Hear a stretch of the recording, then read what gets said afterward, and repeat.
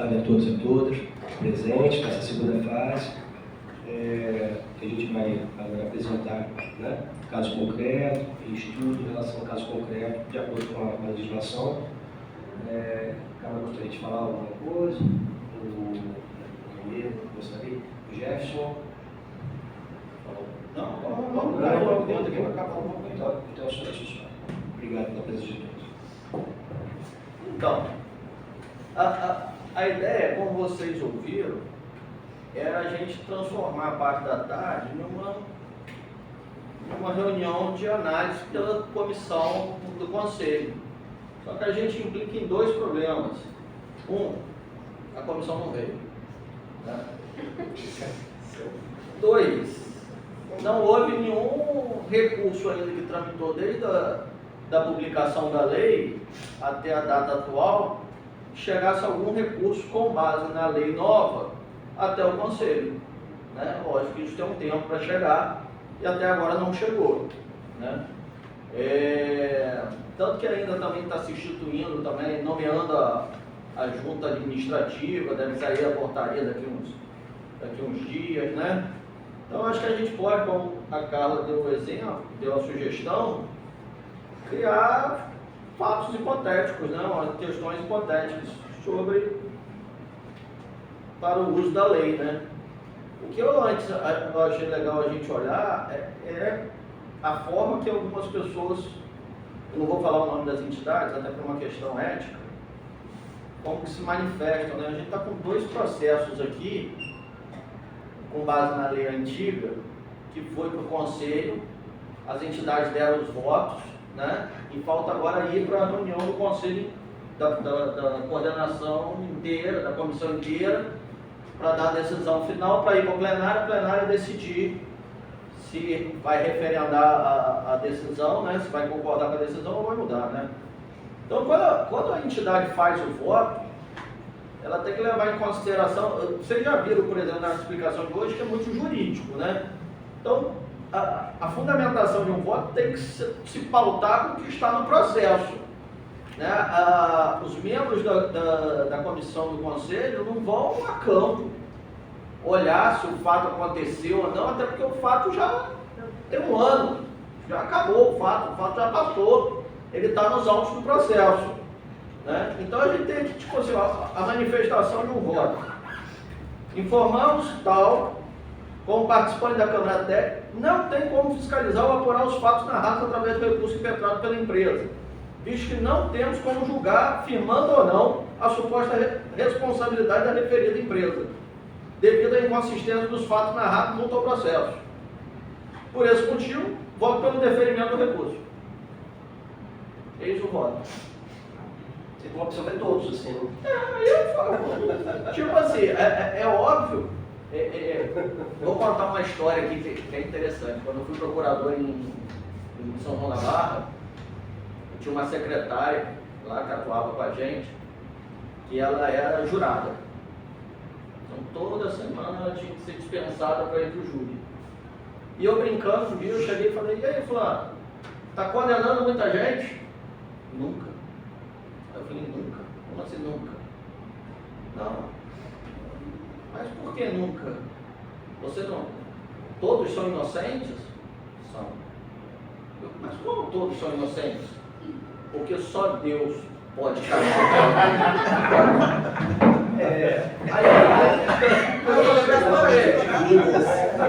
Só Deus tem o poder de castigar alguém. Eu não tenho esse poder. Eu falei, mas você já comunicou isso ao juiz? Que você tem essa inclinação divina? Ela, não. Eu falei, mas você tem que comunicar, porque o júri que você está participando está com erro. Porque você sou. O cara pode ser, todas as provas indicarem que o cara cometeu o crime, mas você entende que você não tem esse poder de. Você tem que comunicar. É o mesmo que eu digo aqui, por exemplo. Se a entidade entende que não tem capacidade, né? Capacidade, eu acho uma palavra meio ruim, capacidade parece que você não consegue alcançar em nenhum momento. Mas se a entidade tem dificuldade para analisar, não pode fazer parte da comissão. Isso é uma lógica. Né? Por isso que fica estranho. Não posso porque eu não consigo fiscalizar, porque eu não tenho material para fiscalizar. Já tem tudo instruído no processo. Já o processo está já foi no processo. instruído. O Frederico recebeu o processo instruído com análise da Jari e tudo. Então, isso é um pouco preocupante. Essa análise do âmbito administrativo é o que se poderia se comparar com a jurisdição, que é lá do juiz, né? De pegar um caso concreto e aplicar a lei. Então, não adianta só você analisar o caso concreto, você tem que analisar o caso concreto e analisar a lei. Se aquela documentação que está ali foi criada e desenvolvida de acordo com a lei, ela está apta, obviamente, ao resultado final de deferir ou não o recurso, ou de aplicar ou não a multa imposta pela lei, mas essa análise tem que ser feita. No caso concreto, com a legislação. Esse é o parâmetro que tem que ser utilizado para se chegar a um veredito final. Exatamente. Até porque a comissão do conselho não vai produzir prova, não é lugar de produção de prova. É pegar o que está nos autos, analisa com base o que está nos autos. É ver o que o Rodrigo falou. É subsunção, é fato e norma. Fato e norma. Aconteceu o fato, já sabe que aconteceu, porque não cabe ao conselho analisar se aconteceu ou não o fato. Porque isso já foi analisado. É se a decisão da junta corresponde ao que a lei determina.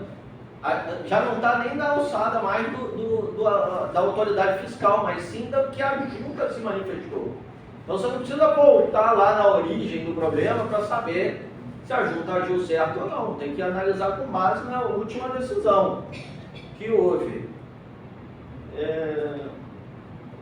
O outro aqui, extravasamento, apontando jurisprudência sobre o não obstante o curso de apelação, alegar não ter sido desta causa o extravasamento, apontando jurisprudência sobre a ausência de prova da autoria como fator de anulação, em nosso entendimento, salvo o melhor juízo, outra questão.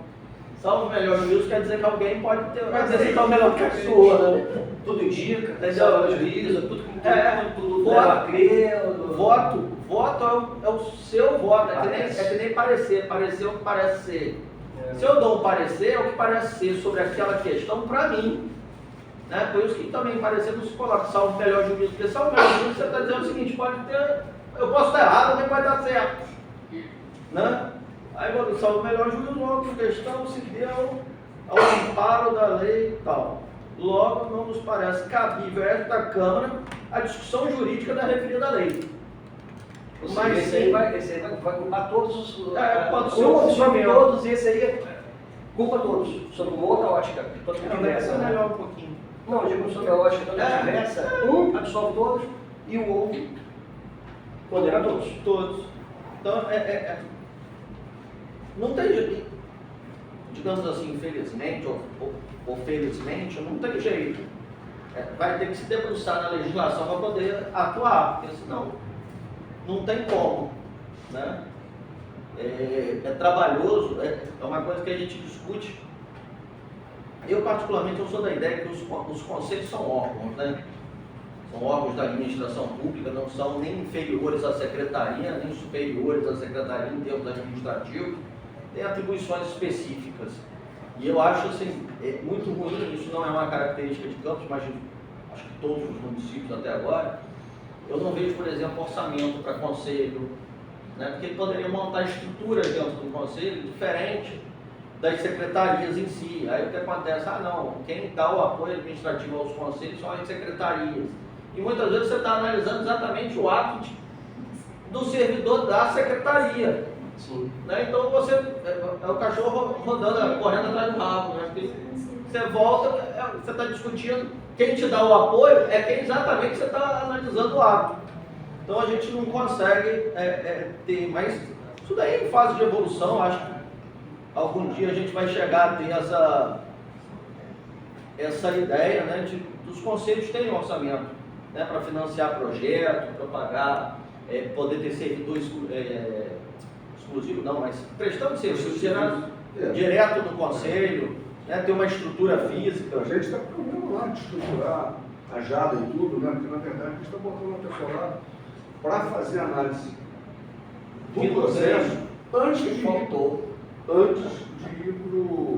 para o plenário a ser distribuído, eles têm que fazer um parecer jurídico para dizer se aquilo está tudo ok ou não. Tá? Para já dar uma segurança jurídica para a pessoa. Uma dúvida, Jefferson, de repente a Carla pode me responder. As entidades que fazem parte da Câmara Técnica, a pessoa está lá representando aquela entidade. É a própria pessoa da entidade, a representante, que sempre faz o parecer, que faz o voto. Ela, por exemplo, dentro de uma entidade pode ter um setor jurídico, uma coisa assim, ela pode buscar auxílio com o setor jurídico da entidade para poder fazer o voto. Então, assim... Agora, deixa que ela não externe que está vindo uma assessoria, né? Ela vai passar para ela. Ela tem que assinar. Como ela pode conversar com outra pessoa, ela pode ter. Você é uma das representantes, aí eu sou do seu grupo de trabalho. Sim. Aí você fala, cara, olha, nós estamos com um problema assim, você não vai me dizer nem quem são as partes, ó, tem um problema assim. Aí eu vou te orientar, igual como o Jefferson sabe, tem que se debruçar na lei. Gente, isso é trauma de qualquer estudante de direito. Debruçar na lei não significa saber a lei toda, porque você nunca vai saber. Mas é você saber conversar com a lei. Você vai saber aonde na lei que você vai procurar aquela informação. Aí você vai ler aquela informação, vai saber o que aquilo significa. Isso acontece com a prática. Por isso que eu falei, às vezes vocês estão vendo alguma coisa. Eu sou da Câmara Técnica normativa, não vou examinar recurso nenhum. Mas tô com uma dúvida. Cara, isso aqui pode ser o quê? Assim, hipoteticamente. Se aplica dessa forma para isso. E aí você vai colocar lá no seu caso concreto e você vai dar o seu voto. O voto não vai ser meu, só te dar um apoio jurídico naquele voto que você vai dar. Você pode fazer isso dentro da sua instituição. É por isso que eu estou perguntando, porque aquele primeiro voto que ele leu realmente foi uma opinião muito pessoal, né? E não é uma opinião pessoal que a pessoa tem que fazer. Porque não é você ali, é uma Não é instituição. você, não é você, não é o que você acha. É o que você, é o que está vendo ali. Você tem que escrever o que está vendo. E não foi o que aconteceu no primeiro caso. Então, eu e o Rodrigo, nós dois representamos o AB. Ou quando ele vai, ou quando eu vou, quem está ali é o B. Qualquer um dos dois. Entendeu? Ele é o titular e eu sou a suplente. Então, tipo assim, eu não posso chegar lá e dar a opinião da Carla. Na próxima reunião, o Rodrigo dá a opinião do Rodrigo, uma não conversa com a outra. Com a outra. Então, isso não pode acontecer. É a opinião da instituição. Perfeito.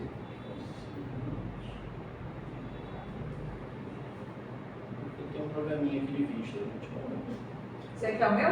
Não, porque tá apagado. Vamos Eu pensei que você é de vista. Ele falou de mim. Eu devia. Ó, tem um auto aqui que é interessante, o seguinte: descrição da infração. É o auto anterior, mas o atual também tem descrição, então faz a menor diferença. Aí coloca aqui: a empresa autuar fica ciente, então você não torna ninguém ciente com a auto-infração,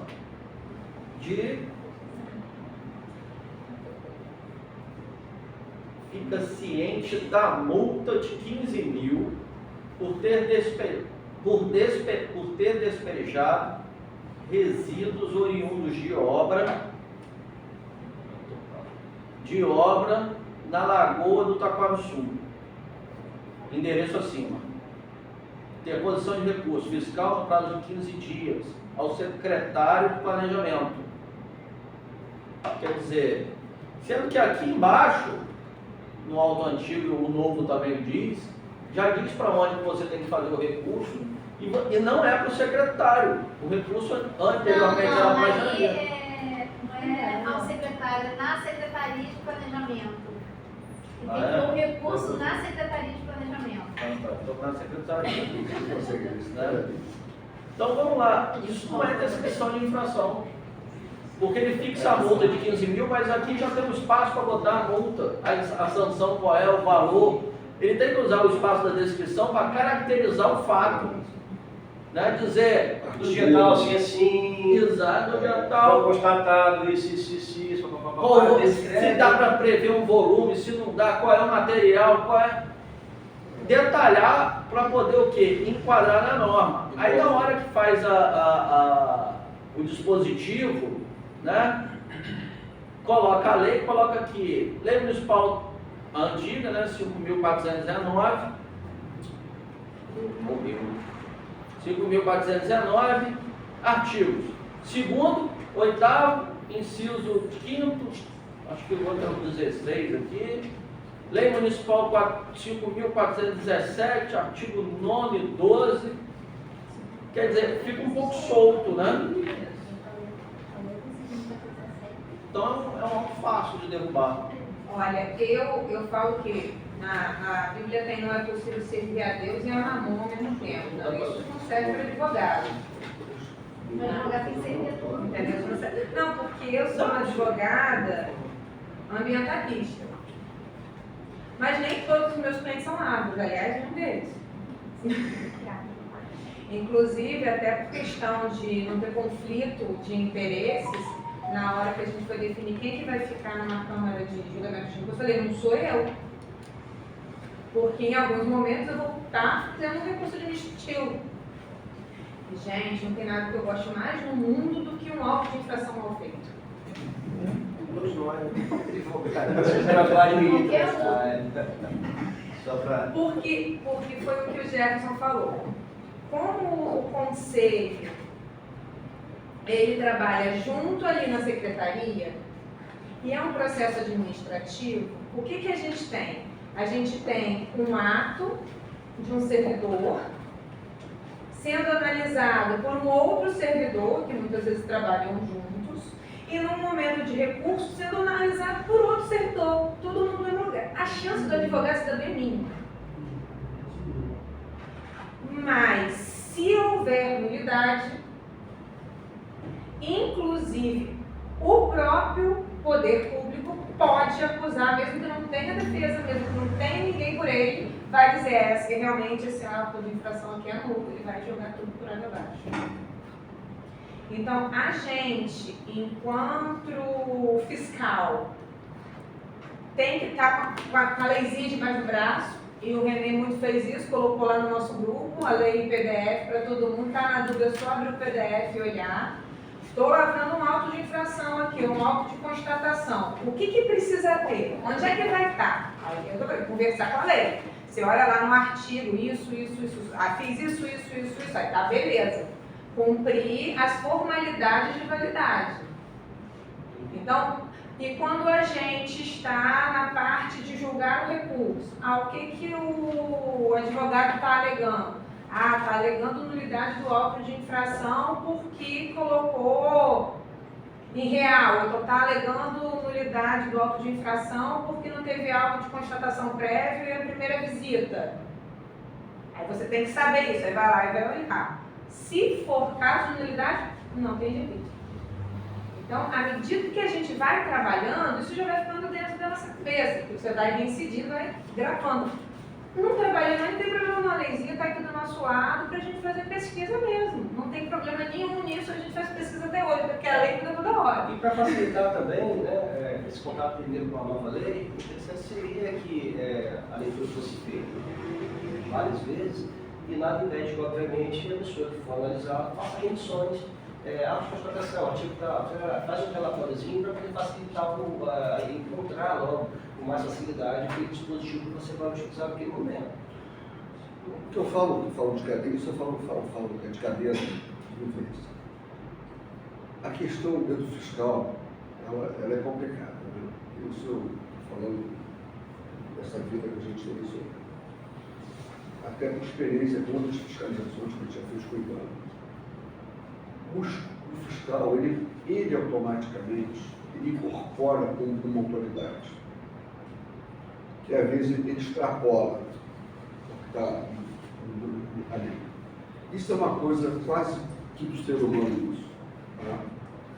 A gente já viveu, já participou de várias coisas. Né? E no momento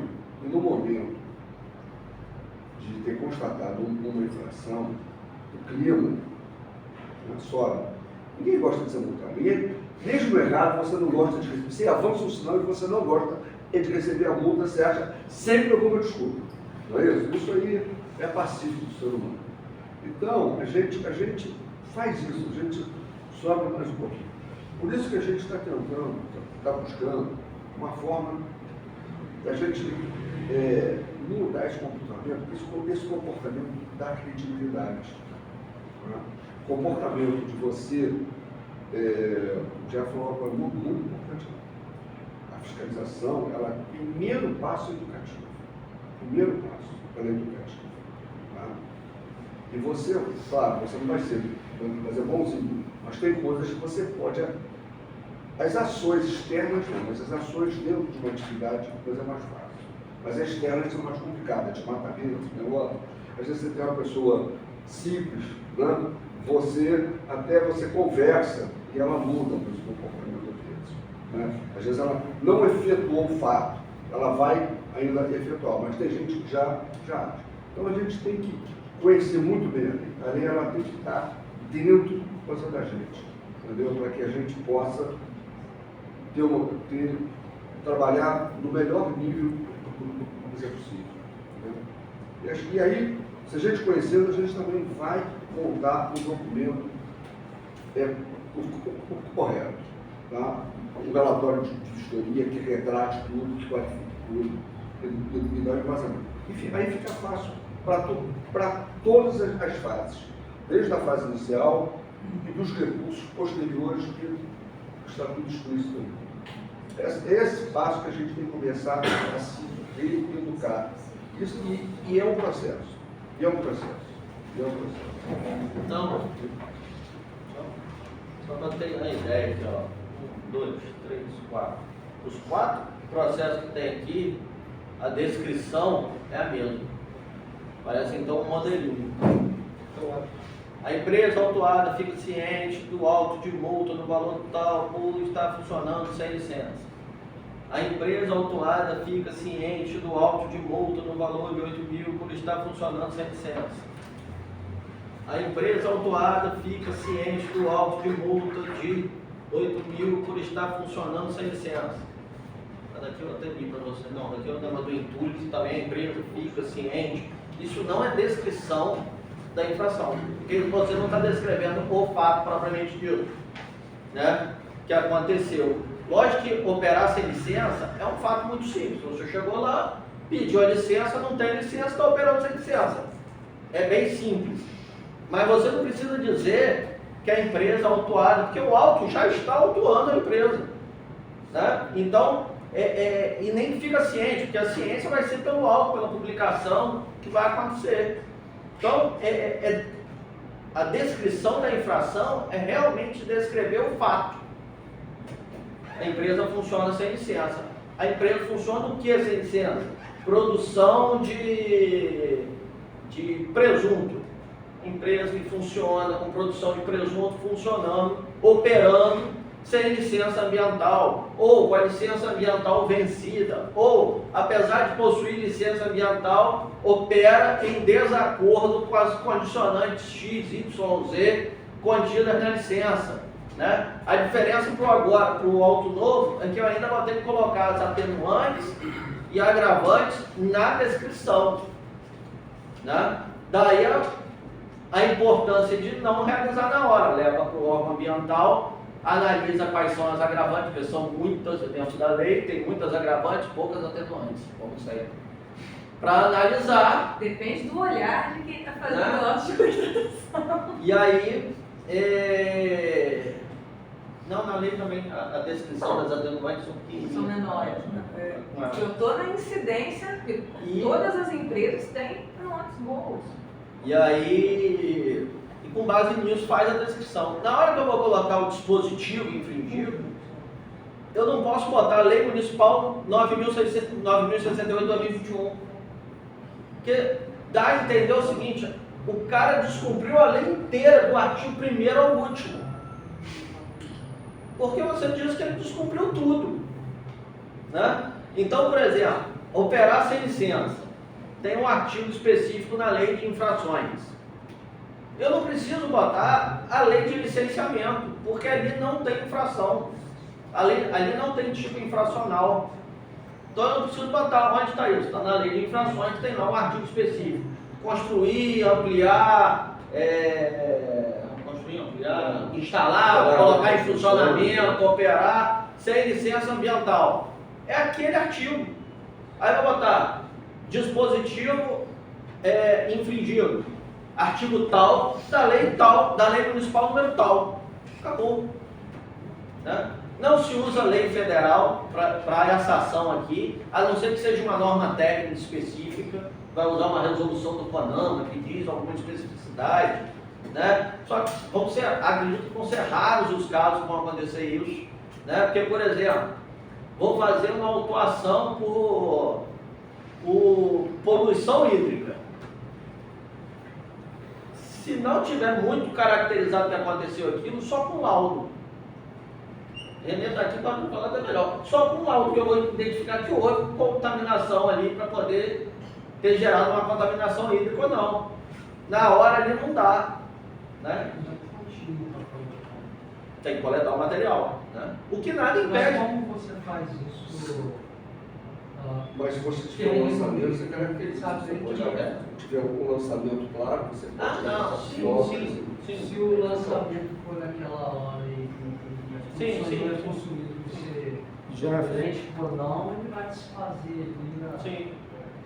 Quando você falou sobre as competências, né, de fiscalização, da fiscalização, do licenciamento da guarda ambiental, e agora você falando, né, sobre a questão de descumprimento das condicionantes de licenciamento, né, como que é a atuação do setor de licenciamento como analista, né, para caracterizar e gerar, né, uma autuação por descumprimento das condicionantes da licença. Quer dizer, você falou do caso de estar atuando sem uma licença, então vai ser autuado por não ter licença. Mas é mais fácil.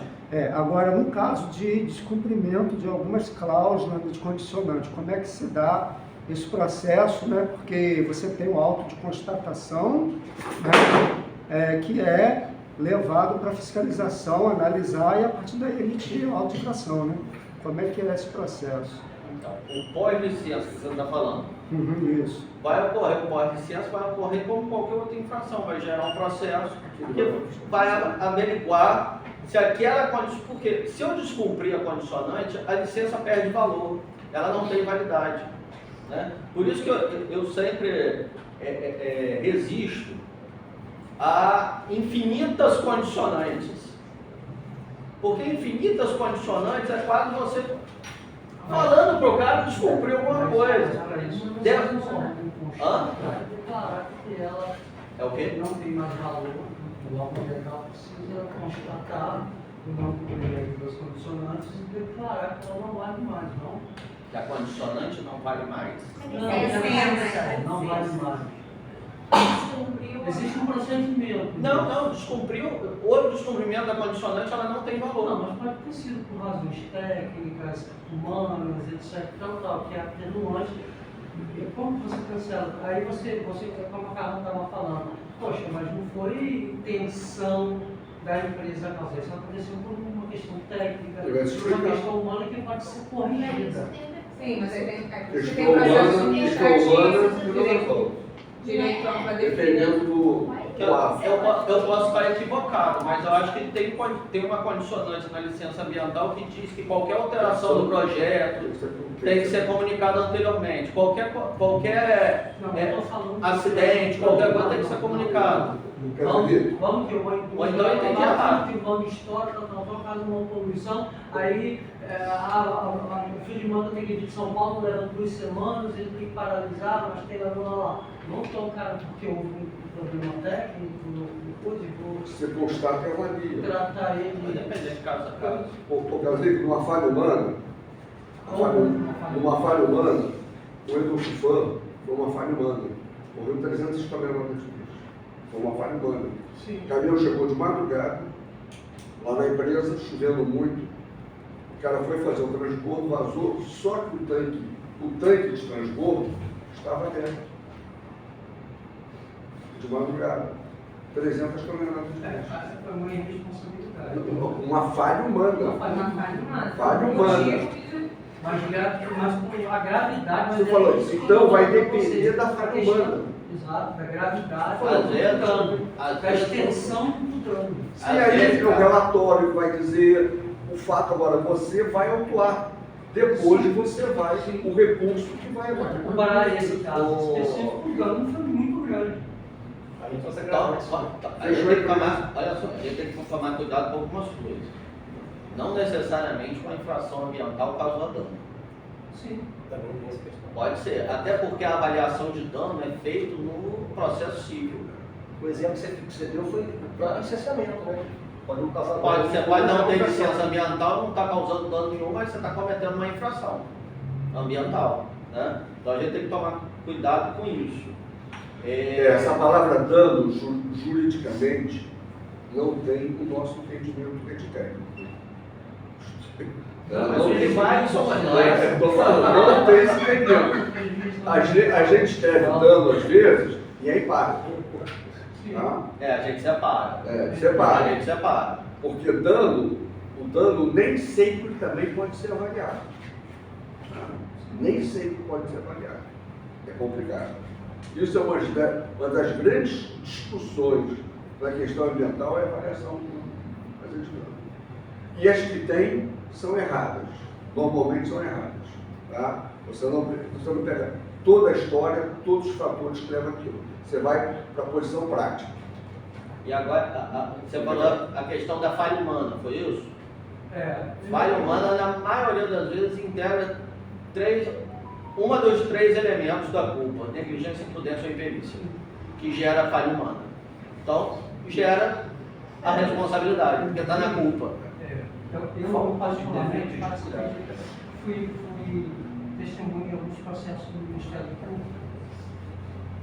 Conheço 4 situações reais em que eu senti que houve insegurança da sentença por parte do juiz nessas causas ambientais. Uma delas foi há muito tempo. Isso eu estou falando por questão do fiscal também, da abertura, da elaboração do auto de infração. Uma foi sobre devastação de monolíticos, conhece essa situação que foi vivida há mais de 20 anos. Eu fui fiscal antes, 15 anos depois o juiz me convoca. 15 anos depois. Está perto? Hã? Está perto. O processo judicial está perto. Eu não sei.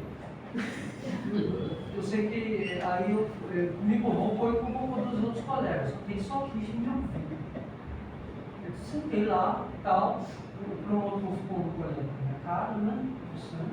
E o juiz me perguntou: "Senhor, vou fazer umas perguntas para o senhor sobre o fiscal atuante, sim, doutor. Só aqui o réu, porque ele desmatou uma área, né? Era área de preservação permanente, o senhor sabe, eu só lembro que eu lembro perfeitamente tal. Eu só conhecia a vegetação, era como tal, e digo, pô, eu sou técnico, mas não nessa área tal. A área era sim de preservação segundo a legislação, e o dano, mas só tem como dizer se a quantidade foi muito grande, foi muito pequena, não, foi grande, mas não, ele não podia ter feito aquilo, não podia. Não podia, era uma área vegetada, vegetação de regeneração, tal, e fui dando os elementos, foi porque ele se convenceu. A sentença foi espalhada, ela teve que refazer tudo. Né? Então, depois de 15 anos, ele decidiu isso agora. E se eu não tivesse nenhuma informação técnica para dar aí? Vamos lá. Processo civil, reparação de dano, invasão civil pública. Depois de 15 anos, desculpa, depois de 15 anos a própria nota já se recupera. Mas vamos lá, um processo de 15 anos, um processo civil. Ele me perguntou assim, teve laudo, o laudo já estava dentro do processo posteriormente. Eu estou vendo que o laudo aqui, Eu ia falar agora. só falou que isso foi pertinente para tentar falar. Então, a ação civil pública, assim também a ação penal, né? Óbvio que são diferentes da condução administrativa. Para os crimes que geram dano, obrigatoriamente você tem que ter perícia. Para os crimes. Na ação civil pública, toda ação civil pública, em tese, ela tem um dano. Né? Às vezes não tem, porque pede para uma conduta e tal, geralmente essas ações fracassam. Né? Tipo, eu particularmente já fui advogado de uma ação contra um suposto frigorífico no Farol, que o Ministério Público entrou com uma ação contra ele para que ele não funcionasse mais, sendo que ele já não funcionava. Que ele não voltasse a funcionar, vamos recuperar aqui, não voltasse a funcionar sem as devidas licenças. Mas isso não precisa de uma decisão judicial, porque isso a lei já impõe. Sim. Tanto que a ação foi julgada improcedente por causa disso, porque a lei já impõe isso. Você não precisa obrigar ninguém, nem fixar uma multa. A alegação na época do Ministério Público era que a multa administrativa era muito pequena. Então precisaria de uma multa judicial, né, uma obrigação de fazer. Isso não tem o menor pé nem cabeça, uma ação dessa. Sim. Né? Outra questão também, Jefferson, interessante de tratar, é que na esfera civil e na esfera penal, a responsabilidade é objetiva. Na penal Na penal não, na civil é objetiva, enquanto que na penal e na administrativa ela é subjetiva. Sim, sim. Aí E a- você, na esfera civil, você não tem que perder culpa. E aí, Resultado, dano. E aí, Carlos Henrique, no exemplo que você deu, o juiz, ele pode te, vamos falar assim de uma boa maneira, ele pode te usar como testemunha, mas na verdade o levantamento, a descrição do dano, o nível do dano, o impacto que o dano causou, o impacto negativo, que todo dano gera um impacto negativo, mas nem todo impacto negativo gera dano. As proporções para ele poder fixar a reparação não vem por prova testemunhal, a não ser que seja a manifestação do perito esclarecendo o laudo dele, vem por laudo pericial. O processo estava bem instruído, eu não sei porque que ele me chamou. Por insegurança. Você tem que ouvir as Porque ele não estudou isso na faculdade. Eu não sei. Mas é verdade, na tem que saída, pensar. Não, é na saída da verdade. audiência, quando ele errou, o promotor veio conversar comigo e disse, eu não sei porque que me chamou. Eu falei que era desnecessário. Estava inseguro. Porque o processo estava instruído. Eu estava inseguro.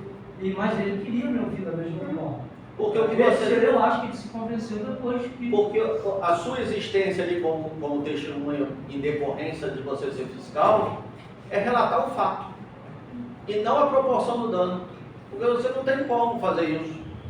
Naturalmente você não tem como fazer isso, só por uma análise técnica no sentido com um laudo técnico, feito com estudo. Né? Por exemplo, eu tenho um processo que tramita lá no meu escritório, óbvio que não vou falar nomes, que o Ministério Público entra com uma ação criminal contra o meu cliente, alegando que ele fez extração mineral sem autorização. É crime. A gente trabalhou com um laudo, né, feito por nós, juntando no processo, que onde ele diz que foi feita a extração até 2019, tem uma vegetação que aproximadamente deve ter de 9 a 10 anos. Como é que eu faço extração mineral se a vegetação está em cima? Deve ter uma técnica. No modelo artesanal aqui da nossa região, não tem como você fazer extração mineral sem tirar a camada superficial. Hoje nós estamos tudo subterrâneo. Sim. Tudo subterrâneo. Então, Fica são tudo coisas bonitinho.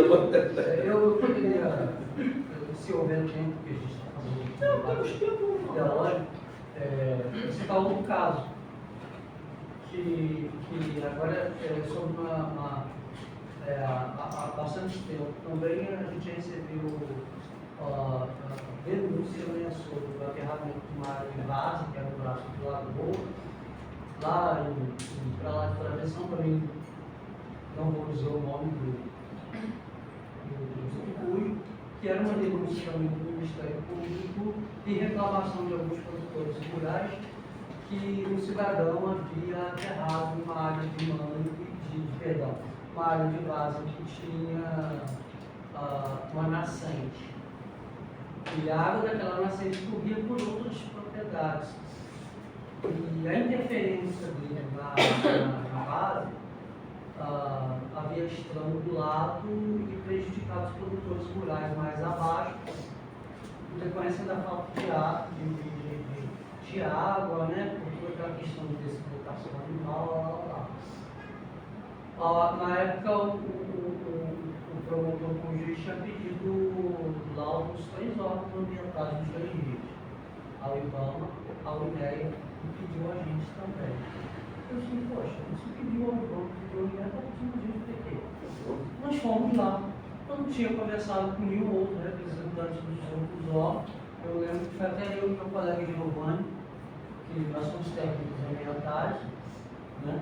Fomos ao local e constatamos que no passado tempo a situação, assim, o problema causado pelo trabalho, ele se amoldou em um ambiente. Você se lembra disso? Para ser sincero, não lembrando não. Se eu te der o nome da pessoa, você vai lembrar. Vamos ter uma coisa mais técnica. Tem que ser Não me comprometi. Olha lá, não combinamos essa história antes, não. Eu acho que Também seria Pode falar. Foi um amigo seu. Foi um dos fiscais. Não, foi um dos fiscais. Então, Na época, a Alan conhecia o caso, que o Alan conhecia o caso. E o cara tinha manilhado, no estado tinha manilhado o negócio lá no total. O problema que a gente foi lá e constatou é que não adiantava, o juiz queria saber se tinha como recuperar. Não tinha como recuperar, porque você ia causar outro prejuízo, outro dano. Era melhor deixar como estava. Aí Rosa falou a mesma coisa. A Ciela disse a mesma coisa. Na época não era Agora a não Ciela. Agora eu lembrei. Falou em Não, a questão do dano, a questão Eu consertando a palavra, a questão é que realmente foi uma área que foi feita uma represa, foi Sim. feita de uma maneira muito mal feita, sim. e havia risco, na realidade, o risco era mais de questão de defesa civil do que ambiental, de transbordamento, rompimento da barreira. Era PP? Aí o promotor... Era PP? Hã? Era PP? Não era. Aí só era... Aí já Era um açude. Aí já Aliás, era não, Aí era questão existe. só do direito de uso de água. Aí passaram para a gente, para realmente no parecer que a gente emitiu, Vai perder olha essa só, coletiva. rompeu uma barragem que estava lá há 50 anos e que abaixo dessa barragem já tinha toda uma comunidade só para... Porque era uma pequena nascente que foi barrada em um dia, mas décadas atrás, né? Agora eu lembrei do caso. Vai desmanchar isso, já está estabilizado o meio ambiente, a fauna e a flora daquilo ali que foi artificial já está estabilizada. Você vai, na verdade, causar um impacto muito maior que aí podia desfazer. Deixa eu só fazer uma colocação, pode fazer. Esse é o principal argumento das pessoas que defendem quem cometeu um dano ambiental. Porque o processo judicial proporciona esse argumento. Porque o inquérito civil público é lento, demorado, né, complicado. Aí quando o promotor entra com a ação, porque vamos falar a verdade, os únicos que entram com a ação contra o meio ambiente, em relação ao meio ambiente, é o Ministério Público. Você não vê a associação fazer isso, os entes públicos, municípios, fundações, é difícil fazer isso, né? Às vezes o INEA entra contra alguém e tal, mas raro. Então é o Ministério Público que faz. O processo civil por si só, ele já é lento, demorado, estressante. Então o processo judicial não se adequa à recuperação ambiental. Na verdade, a gente está longe de chegar nesse ponto. Reparação ambiental não deveria ser feita pelo judiciário, sim pela administração pública. Só que a gente não está nesse nível de maturidade no Brasil ainda. Então a gente precisa ainda, porque a gente tem uma certa credibilidade no Poder Judiciário como a solução mágica para tudo. Mas não acontece dessa forma em termos de sociedade. Então, vai acontecer, aí o que acontece? Com esse tempo todo você diz o seguinte, não, é melhor que a decisão não determine a restauração in natura, porque o ambiente já se adequou, já teve a sua adequação ali dentro, já está compondo um novo ambiente. Esse argumento é meio furado. Poucas situações são assim. Recentemente eu peguei um argumento que eram 3 mansões na APP que a alegação era o seguinte, não, já se equilibrou. Jeff, só fazer um adendo aqui. Eu e Ronald ganhamos uma causa, auxiliamos, Ronald lembra do caso, vou citar o caso, eu e Ronald fomos consultores de um advogado, fomos consultores técnicos de advogado, não, ganhamos junto com o advogado. Não foi no município de Campos, óbvio, eu e o Ronald já trabalhava junto, nós auxiliamos um advogado e ganhamos uma causa na justiça de um caso exatamente esse.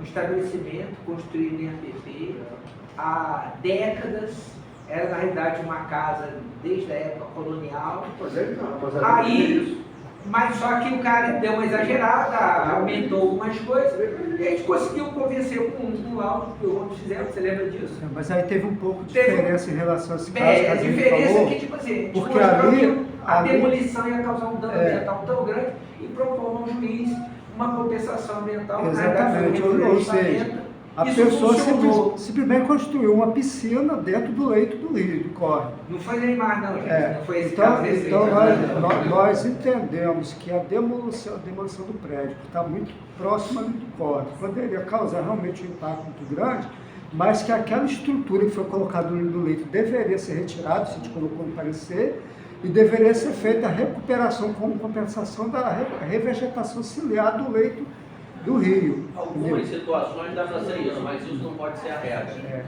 A regra é a restauração in natura. Isso aí eu concordo com você. É voltar ao status quo antes. Essa é a regra. As exceções é a compensação, é você obrigar ele a compensar porque não vale a pena mais, ou porque não tem como mais restaurar. E por fim, se também não tiver como compensar, é pagamento em pecúnia, é dinheiro. Aí ninguém nunca mais vê nada sobre aquilo ali. Né? Mas nesse caso, é exceção, não é a regra. E as pessoas tentam. É comum a gente ver as pessoas entendendo isso, esse argumento que o meio ambiente já criou uma nova caracterização ali, usando como regra. Isso não pode ser a regra. Isso é uma regra de defesa. Mas o cara não é. Eu acho que a sua avaliação em cima do assunto, ela é jurídica, mas tecnicamente ela funciona assim. Você vai num ambiente e você não vai conseguir voltar o ambiente original, mas se ele se estabeleceu e se amoldou dessa forma, não tem como. Jeff, nós pegamos uma barragem lá. Tá bom, mas a decisão judicial vai ser condenada da mesma maneira. Tudo bem, voltemos aqui ao processo administrativo. Se você tem uma barragem, não é da minha época, tá, gente, esse negócio aí. Mas se você tem uma barragem e após essa barragem você tem uma comunidade que se estabeleceu, a questão ambiental, ela vai muito além ao ambiente natural. Porque você tem ali uma sociedade estabelecida. Então o dano, ele não é simplesmente, vamos voltar ao status quo antes. Não é, você vai tirar famílias, vai desalocar, vai criar uma desestrutura. Então, fora que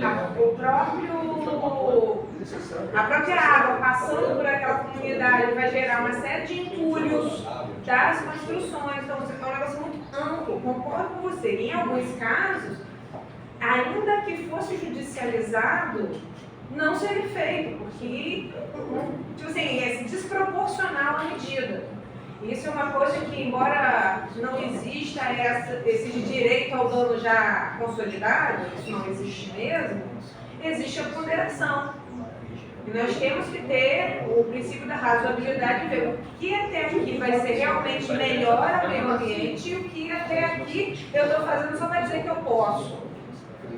Porque eu acho que foi até o Renê que falou que a pessoa, quando vai fazer uma fiscalização, ela meio que se empodera, né? Ela acha que ela pode. E isso também acontece com o juiz. E isso também acontece com o Ministério Público.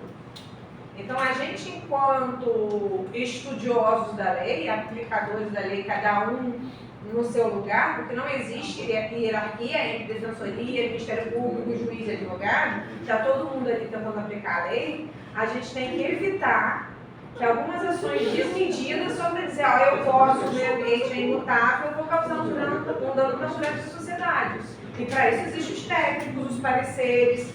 E assim, vamos ser realistas. Se eu tenho uma casa que está construída numa PP, antes de existir a PP, eu posso mandar dentro de casa, não é assim. Aquela casa está lá, não existia o nível de proteção ambiental para a PP, não existia PP. Então, como é que não, agora você vai lá e demole. Não é assim, gente.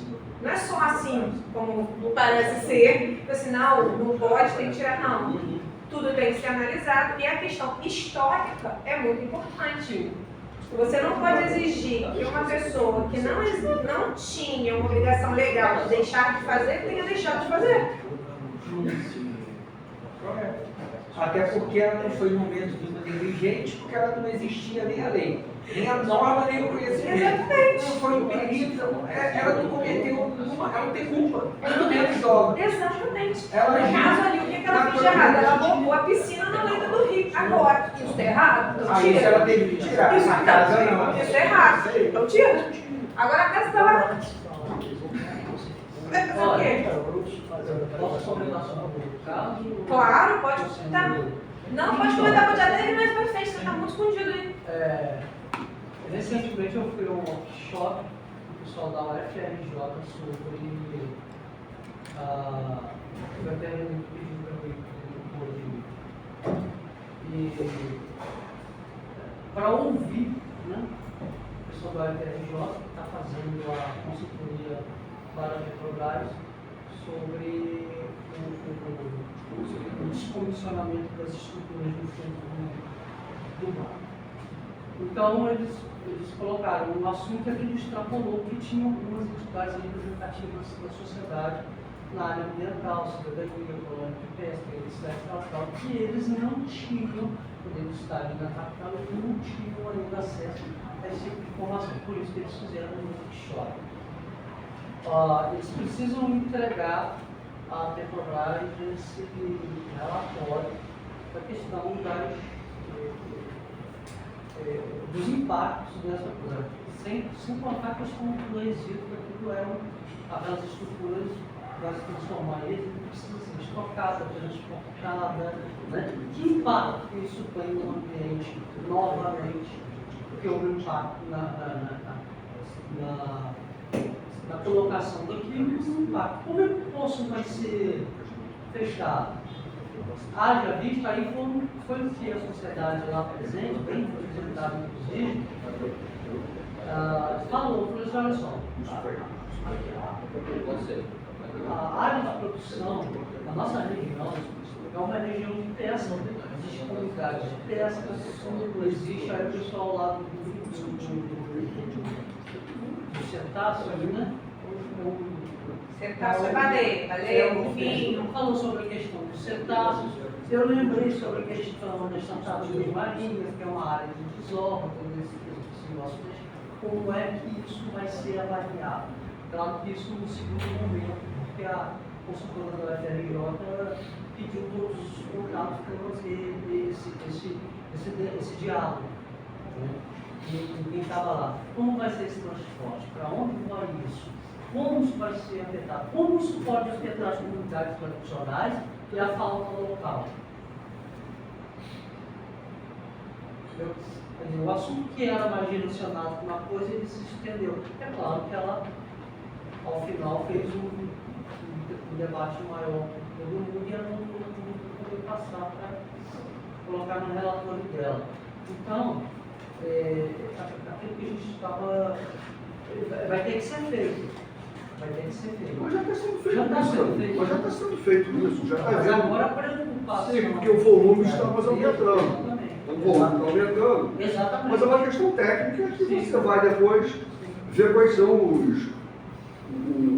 os erros e acertos para ver se vai cair algum problema jurídico, de contaminação, de alguma coisa. Mas é uma questão técnica. Agora, Carlos, o que eu fico assim, eu acho que a gente tem que trazer o conselho para essa discussão, né?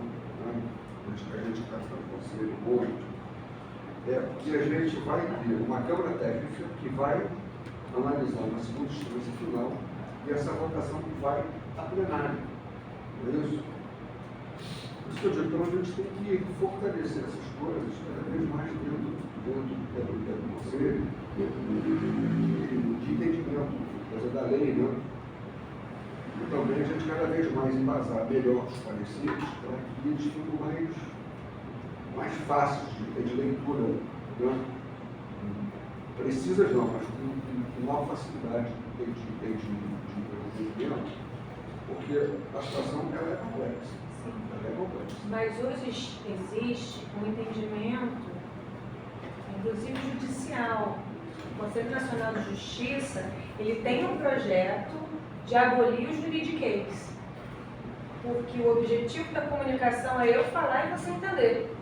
Não adianta eu escrever aquele monte de coisa que você não está entendendo. É decodificar cada vez mais para ter uma leitura simples. Isso inclusive nos processos judiciais, mais ainda na administração pública, que nem todos ali têm a mesma Até os informação. pareceres dos juízes hoje são bem mais simples do que eram no passado. Exatamente. Né?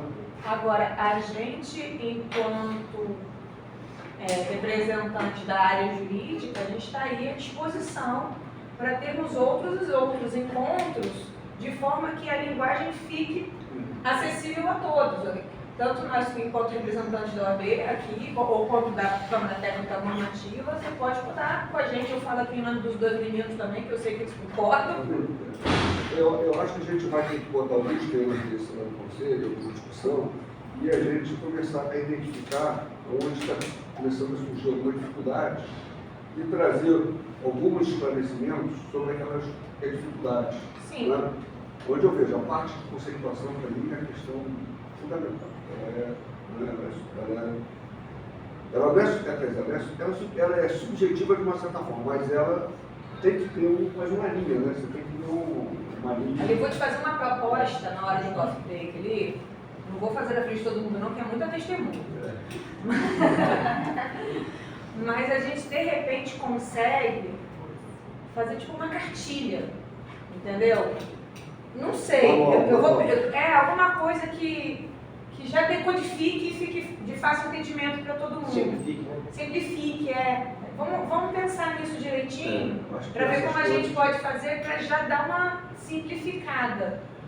Diminui o nível de dúvida. Você vai uniformizando uma forma de entendimento. Não, vamos conversar sobre isso, vamos pensar numa maneira de equacionar isso, sim.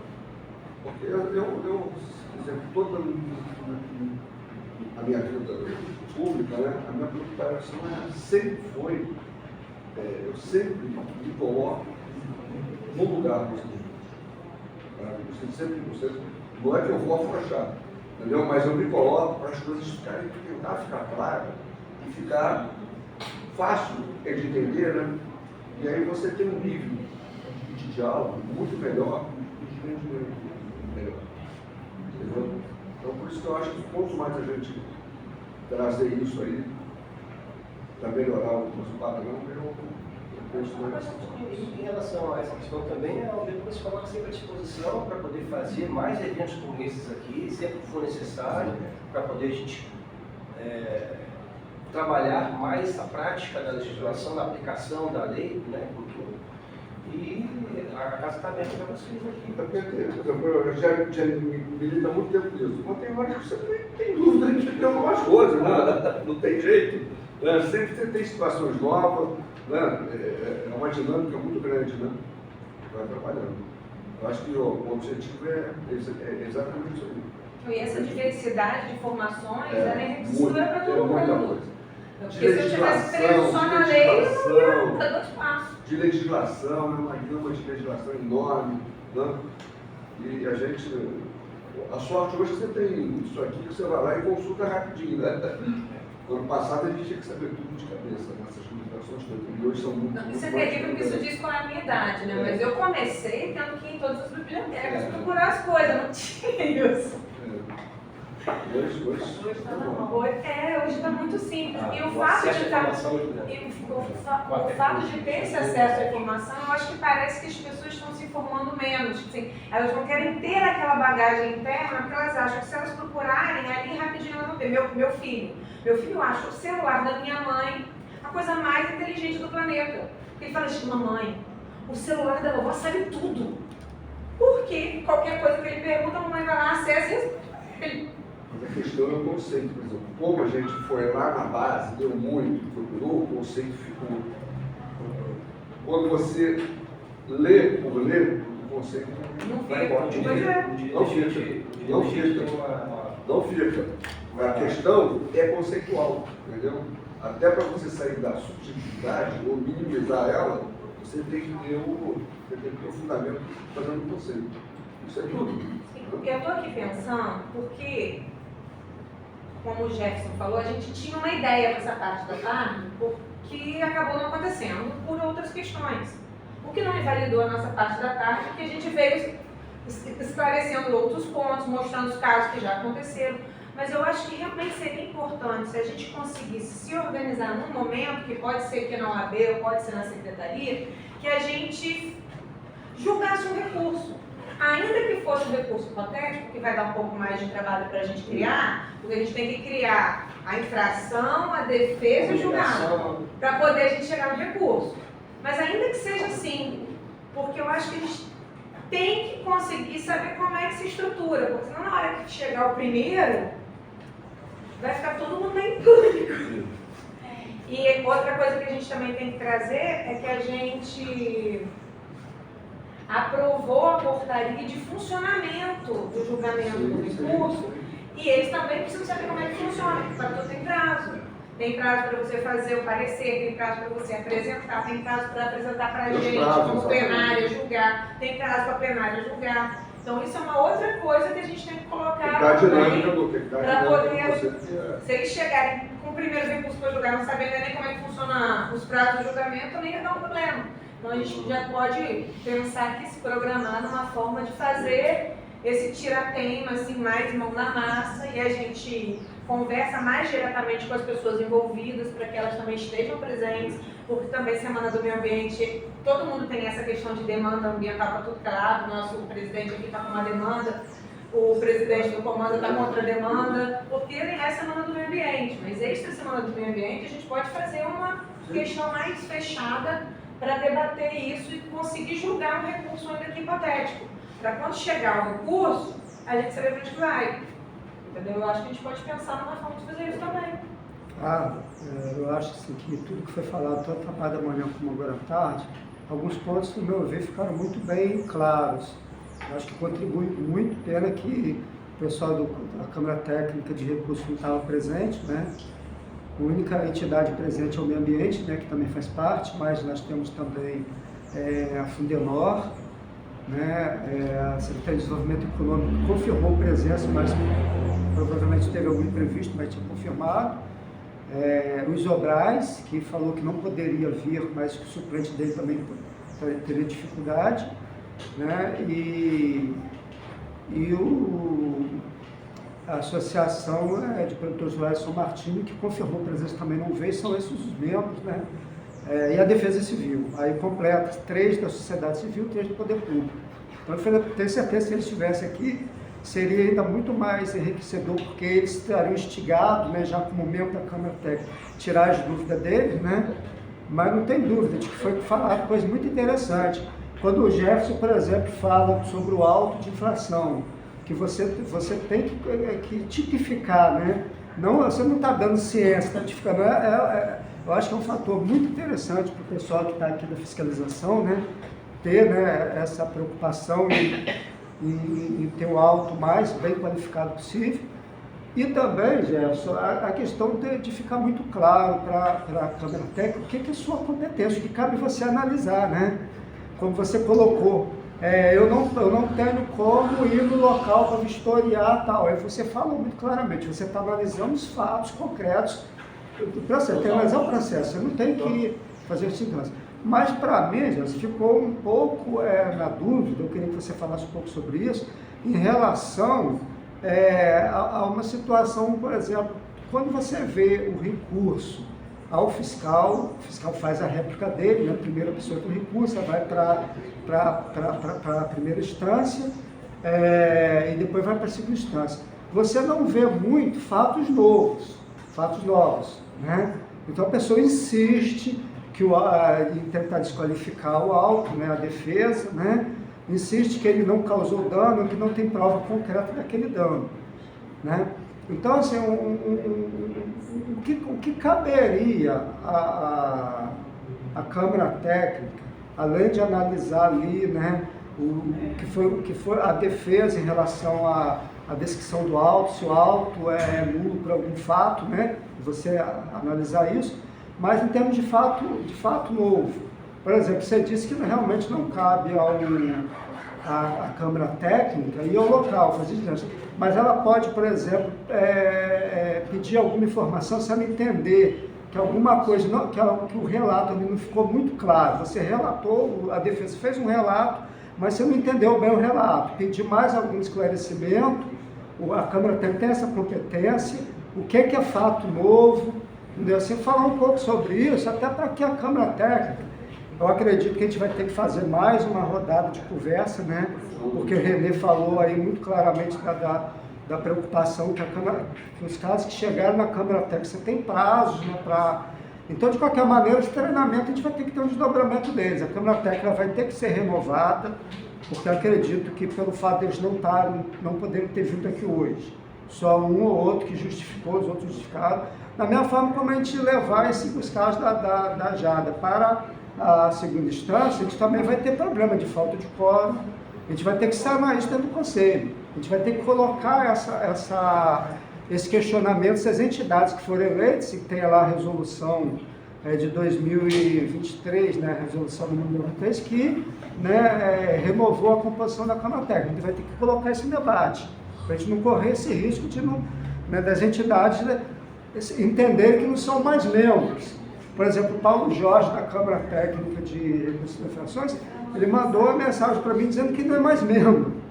Quer dizer, ele respondeu isso em face do convite para o curso, mas em momento algum respondeu isso à Secretaria Executiva do Conselho, fundador de Conselho. Então a gente vai ter que levar isso para o Conselho. Talvez na próxima reunião do Conselho a gente já leve isso para a pauta, colocar essa pauta.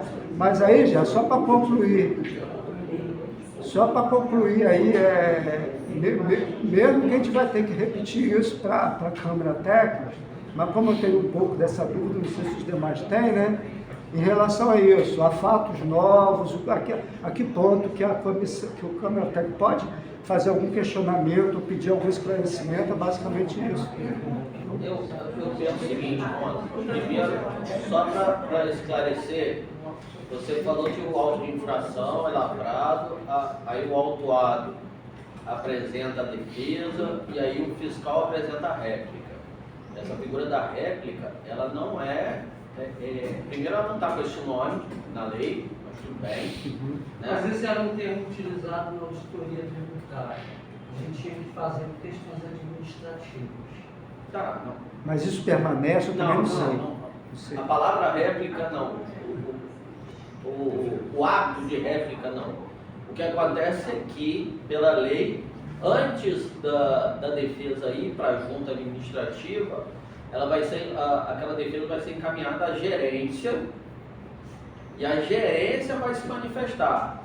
Pode ser que a gerente, hoje a gerente, né, amanhã o gerente, assim, possa entender e designar que o próprio fiscal faça essa manifestação. Como pode entender que não, pode puxar para si, é a gerência, a instituição, é o setor que vai resolver isso, né? Até porque as coisas acontecem, existem fatos que acontecem que é natural. As pessoas tiram férias e às vezes o fiscal tira férias e aí você faz o quê? O processo espera as férias, a administração não deveria parar por conta de férias de servidor. A gente sabe que às vezes para. Não deveria. Né? Então, a gente sabe que às vezes para, mas não deveria. Então, a gente não pode pensar na forma equivocado, mas sim na forma correta. Então é a gerência, né, que vai para lá. Fatos novos são todos aqueles fatos que não puderam ser analisados, comprovados no momento da infração, que pode mudar o contexto de alguma forma, né? Agora, se for fato novo, decorrente, que gere uma outra infração, processo novo, né? Por quê? Porque o auto já foi lavrado, como eu falei de manhã, todas as infrações vão em um único auto, né? Quando a gente foi fazer o talão lá, eu até brinquei e falei, pô, a gente podia fazer em tamanho A3, aquela folha maior, né?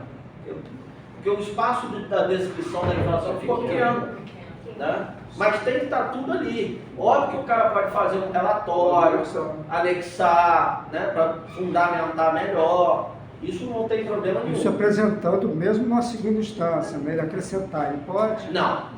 Isso não. Não, porque senão Não teve defesa. você tirou o espaço da defesa. Por isso que quando eu falei... Não, eu estou falando a própria defesa. Ela pode lembrar de alguma coisa que ela entende que vai Pode, claro, na defesa pode. São fatos impeditivos, modificativos.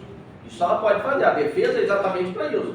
Para contestar o fato que está sendo descrito no auto. Aquele fato não é exatamente aquilo. Mas teve a primeira instância, ele pode Isso alterar os fatos. na junta. Ele pode junta. descrever. Na segunda instância, não. Pode escrever no auto, sede, relatório. Não deve. Eu entendo que não deve. Ele pode começar a descrição ali e dar continuidade em um anexo. Falar que segue anexo. Segue, não, pode colocar. A descrição, de repente, não consegue no espacinho pequeno. A gente começa a falar e aí no final continua em anexo. Em anexo, folha. Continua em anexo, Continua o verso. Continue, vídeo A gente verso. pode colocar continua e aí a gente Tem coloca. que começar aí. Você vai Aí pegar no verso ou em anexo. É uma dúvida. Entendeu, Jéssica? Ela está na dúvida se é no verso do processo ou relatório anexo, você dá continuidade na descrição. Aqui. Você escanear, lançar no O problema sistema. de ser verso, nós temos ainda um outro problema de ser verso, porque o nosso três vias. A primeira via é nossa, a segunda é tua, a terceira Entendi. fica no talão. Então assim, a gente não tem como. Aí tem que destacar o talão, Vai tirar a folha, tirar o carbono, vai ter que ser são dois carbonos. a gente pode, quando a gente vai, no auto de infração, a gente vai levar posteriormente ao plágio, a gente pode levar na folha em anexo, né, o papel timbrado da secretaria com os dados dele, simples para poder identificar que faz parte desse auto, o número do auto e a descrição mais detalhada da descrição. Porque realmente verso não tem como fazer. Eu estava vendo aqui, ó, que a gente estava discutindo. Eu sou a garota da nulidade, né, gente? Vocês já perceberam. Aí o Jefferson falou de autos de infração que citam a lei.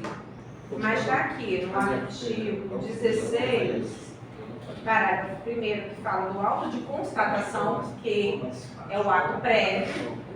E ele fala que consta no inciso 3, a descrição da infração, a menção do dispositivo legal. O dispositivo é o artigo com inciso, com parágrafo, todo definido. Só a lei não é o dispositivo legal. E ainda, as sanções que podem ser aplicadas naquele dispositivo. Porque ele falou, a lei agora diz o seguinte, ó. Multa é para tal caso, advertência é para tal caso. Então, se o meu caso eu tenho como possível infração, multa, advertência, suspensão de atividade, eu vou colocar ali as três. Pode ser que alguma dessas aconteça. Entendeu? A constatação, a gente já tem sanção passível de ser aplicada. É isso aí. E aí a gente você vai marcar. Porque eu já recebi, eu enquanto advogada, eu já recebi autos de infração que vem com o artigo, mas não vem com o inciso, não vem com o parágrafo. Porque o artigo tem lá 10 condutas diferentes. É porque tem artigo que ele é só o artigo, não Não, tem... mas eu vou dizer, aí não tem problema. Artigo só tem CAPT, o artigo só tem CAPT. Agora Mas tem. não tem que ter um inciso. Mas Não tem colocar artigo um que tem inciso. 10 incisos. Não tem o separado. E aí você vai ter que colocar, Sim. porque senão você não está definindo ali qual é A infração. a infração. Exatamente. Isso já aconteceu muito de eu receber auto de infração. Aí o que acontece? Ele é julgado e muitas vezes ele é mandado para retificar. Aí depois vai haver nova intimação do auto retificado, porque não tem como produzir defesa. Não está me dizendo aqui qual é a infração, eu não tenho como produzir defesa. Aí coloca tudo. Demora mais 300 anos até você conseguir chegar naquele mesmo ponto. Mas olha só, retificar o auto, eu acho que Não. cancela, não? Não, cancela aquele lá no novo. Você cancela o anterior. Cancela Lá no anterior, novo auto de justificando infração. É, o substitui. Você vai fazer um novo auto de infração. Com as daquela mesmas infração. bases. Mas aí você cancela os Você outros. não pode rasurar o auto de infração e retificar, não. Como é um processo, como a gente está definindo o que é um processo, o auto feito errado fica dentro do processo. E aí se fundamenta o porquê, Com a publicação. porque o auto tem a publicação, não, tem a numeração. Sim. Não pode sumir, por exemplo, 35, depois 37, 36 foi para onde? Né? Teve uma vez que um fiscal que foi de meio ambiente perguntou, quando eu erro, eu abro? Eu falei, não, rapaz, deixa no bloco. Não, a gente bota no... Né? A gente Anula, anula aquele auto. Olha, Nesse antigamente caso, a gente fica nos colocava autos do processo. a barata Não, para se a gente, comer. por exemplo, antes, né? Antes. Porque antes não tinha o auto de constatação, então a gente agora só tinha o auto de infração, mas anteriormente, quando a gente às vezes ia para campo, já com o talão, e chegava lá e às vezes não encontrava, ou às vezes errava o dispositivo e encontrava uma outra situação, a gente anulava aquele auto e fazia outro auto. Isso vai diminuir, com o auto de constatação, isso Sim, diminui. sim, não vai ter né? mais esse tipo. O que eu queria falar para vocês é o seguinte, em termos, ficou essa discussão aí de coloca fato, não coloca fato, dispositivo. O auto de infração é o seguinte, o auto de infração tem que ser capaz por ele, só por ele, a pessoa que recebe conseguir apresentar a defesa, entender o que aconteceu e apresentar uma defesa. Ele não precisa ter a necessidade, ele vai por uma faculdade, se ele quiser, buscar o processo. Mas só pelo auto de infração você tem que conseguir fazer a sua defesa. Exemplo, do trânsito. Ultrapassar não, excesso de velocidade. Né? Tem um dispositivo no Código de Trânsito que diz excesso de velocidade lá, não vou saber o texto exato qual é.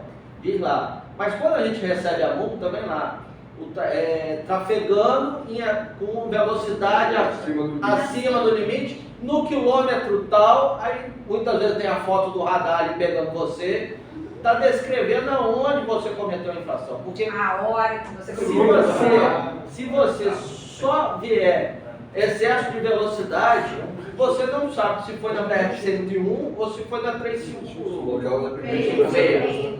Né? Se foi na 356. Então você tem que saber. Para você até poder contestar, isso acontece muito em trânsito, é o seguinte: saiu uma multa minha ontem na BR-101. Mas eu não passei lá porque eu estava na audiência, quer dizer, tem um erro. Para o cara poder se defender. Né? Então, o auto de infração, vai preencher o auto de infração, faz um rascunho do lado, lê e fala assim, com isso aqui a pessoa conseguiria apresentar a defesa, independente de olhar o processo? Sim. Por que a atenuante e agravante tem que estar no auto de infração? Exatamente por conta disso. Para ele poder ler e falar, essas foram as atenuantes que colocar, essas foram as agravantes, As foi essa. atenuantes, elas têm que ser, a atenuante e a agravante, ela tem que ser escrita no auto, ou você pode só apenas mencionar o dispositivo legal do agravante e do atenuante? Eu particularmente, se eu fosse preencher, porque se for escrever tudo, o espaço realmente não dá. Colocaria atenuante, 2 pontos, artigo tal, agravante, 2 pontos, tal. Eu faria assim. Mas eu deixaria claro que aqueles artigos, aqueles incisos são atenuantes e aqueles são os agravantes. Sim, entendi. Pessoal, então, agradecendo a presença de todos, agora a gente vai encerrar, né, esse curso e vamos ao coffee break. Nos aguarda ali, bom? Se alguém ainda não assinou, por favor, assim. Quer no fundo, né? Eu acho válido.